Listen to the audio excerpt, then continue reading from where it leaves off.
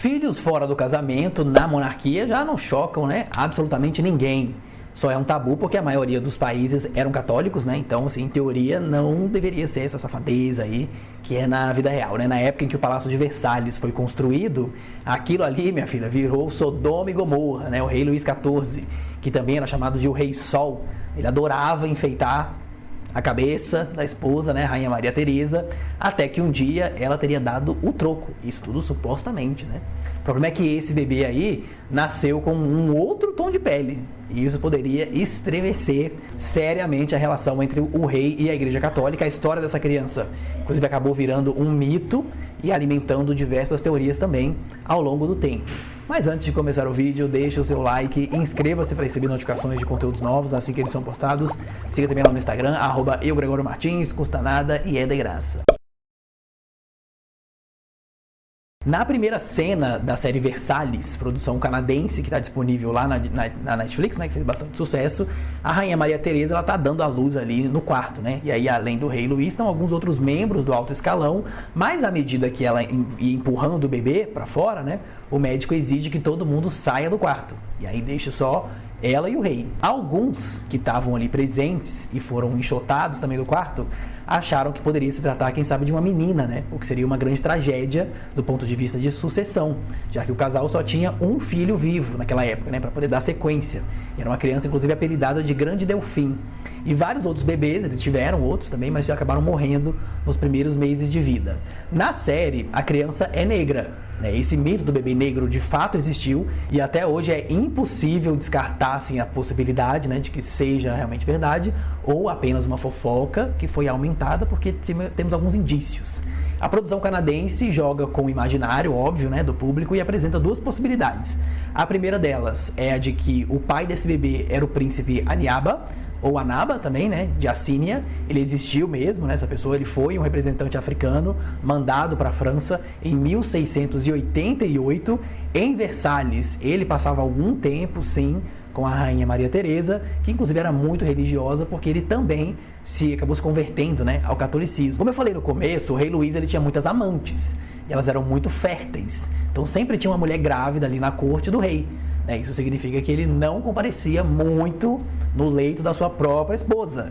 E essas mulheres aí adoravam também ficar esnobando a rainha. Sendo assim, a Maria Teresa ficava mais na dela, né? Talvez ela tenha aproveitado a chance mesmo para furunfar, né, com esse príncipe aí, quem sabe, né, que era um jovem na época, estava disponível e não queria saber da mulherada da corte, né? Ele era uma pessoa mais introspectiva. Mais para frente, a trama também mostra a possibilidade de que o pai pode ter sido um dos criados também de Maria Teresa, né, que era um homem com nanismo que se chamava Nabu. A Maria Teresa ela não gostava muito de arte, não gostava das coisas que o Luís XIV gostava, né, não gostava nem da corte em si, então ela vivia quase que no mundo particular.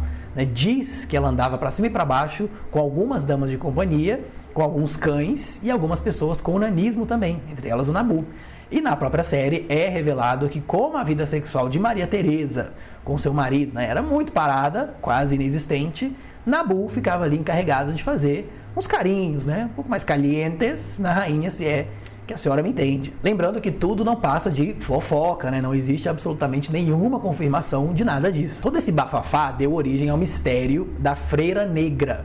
Teve uma testemunha, que era a duquesa de Montpensier, e prima e irmã do Luís XIV, ela escreveu nas suas memórias, né, que Maria Teresa realmente deu à luz, né, de forma prematura e que nasceu um bebê de pele muito escura.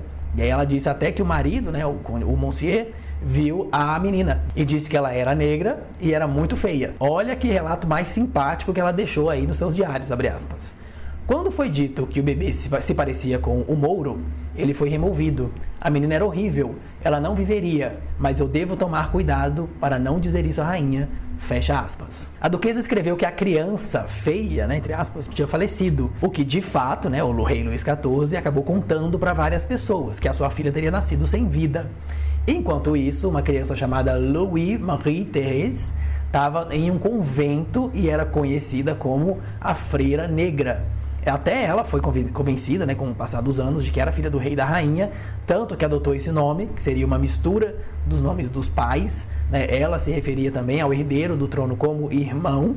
A rainha realmente frequentava com bastante frequência esse convento aí, assim como uma das amantes do rei também, a Madame de Maintenon.